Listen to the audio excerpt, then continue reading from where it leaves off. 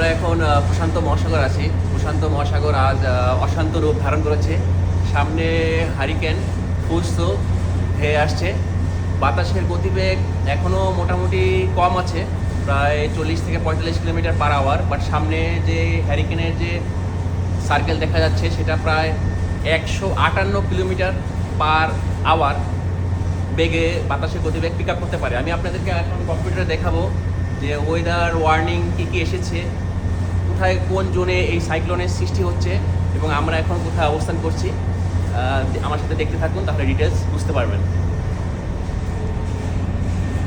এই যে দেখুন, হারিকেন ফুলসো ওয়ার্নিং এসে পড়েছে। Wind speed up to 85 kilo not. 85 kilo not ঘন্টায় কত কিলোমিটার পার আওয়ার হয় দেখে নিন। 1 কিলো নট প্রায়, এই জায়গাটায় খেয়াল করলে বুঝতে পারবেন, যেহেতু আমাদের সবগুলো কম্পিউটার অনলাইনে আছে, ইন্টারনেট কানেকশন সবসময় থাকে। 1 কিলো নট প্রায় 1.852 কিলোমিটার পার আওয়ার। সেই হিসাবে 85 kilo knot 157.42 kilometre per hour হয়ে থাকে। এখানে স্পষ্ট দেখা যাচ্ছে যে উইন্ড স্পিড 70 নটিক্যাল মাইল থেকে 85 নটিক্যাল মাইল পর্যন্ত পিক আপ করতে পারে। এবং এই ওয়েদার বার্তায় এখানে ফটো ইলাস্ট্রেশন দেওয়া আছে। আমরা এই মুহূর্তে এই জায়গাটায় আছি। এই হারিকেন ফুলসোর সার্কেলটা অনেকটা এরকম, এবং এখানে বলা আছে যে এটার আশেপাশে যে কতটুকু স্পান করবে তার কোনো ওয়ারেন্টি নেই। ব্যাপক এরিয়া জুড়ে এর এফেক্ট আসতে পারে। Hurricane warning, tropical storm warning. পরবর্তী আপনাদের দেখাচ্ছি আমাদের ডিজিটাল লগবুক। এটিও অনলাইনে আছে।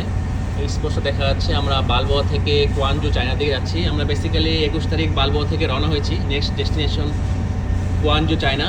আগামী মাসে 14-15 তারিখে পৌঁছাবো। এটা উত্তর আমেরিকা, দক্ষিণ আমেরিকা, এখানে পানামা ক্যানাল ক্রস করেছি। এই যে জাহাজের অবস্থান, হারিকেনটি মেইনলি আমাদের সামনে এই জোনে সৃষ্টি হয়েছে।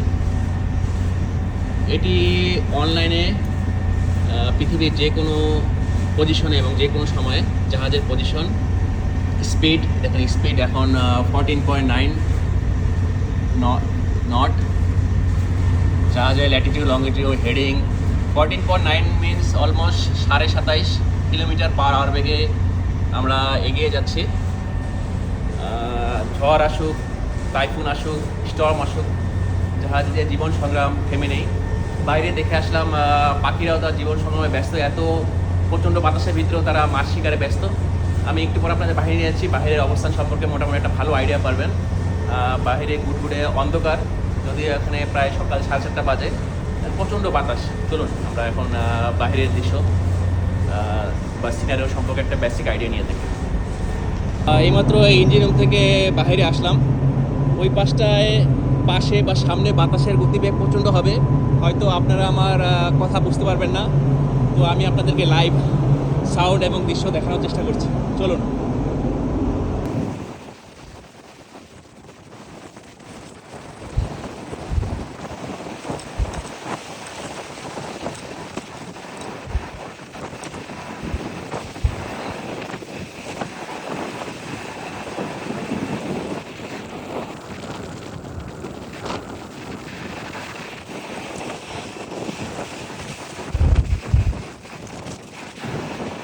দিকটা আকাশ ভয়ঙ্কর অন্ধকার রূপ ধারণ করেছে।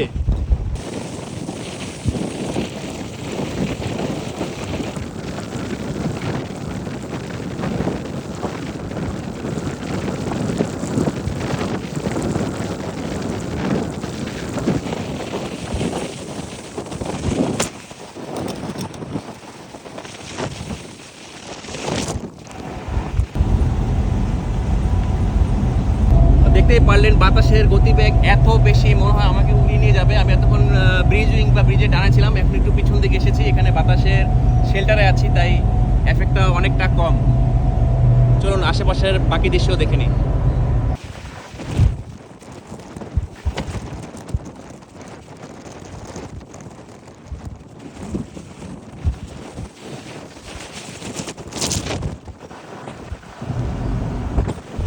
সবাই আমাদের জন্য দোয়া করবেন। দেখতেই পারলেন এই মুহূর্তে বাতাসের গতিবেগ অনলি 45 কিলোমিটার পার আওয়ার, তাই এই অবস্থা। এটি সর্বোচ্চ 157.2 কিলোমিটার পার আওয়ার বেগে পর্যন্ত পিক আপ করতে পারে। আমাদের কোম্পানি থেকে ইনস্ট্রাকশন এসেছে হারিকেন থেকে যতটুকু সম্ভব দূরে থাকার সেফ ডিস্টেন্সে আমরা অ্যাভয়েড করার চেষ্টা করব। বাকি আপডেট পেতে আমার পেজের সাথেই থাকুন। এতক্ষণ আপনাদের সাথে ছিলাম আমি শাকিল, শিবছেলা শাকিল পেজ থেকে। আমার ফেসবুক, ইউটিউব, ইনস্টাগ্রাম, টিকটকেও সেম নামে পেজ রয়েছে, চাইলে ফলো করতে পারেন, তাহলে নিয়মিত আপডেট পেয়ে যাবেন। আপাতত বিদায় নিচ্ছি, আল্লাহ হাফিজ, দোয়া করবেন।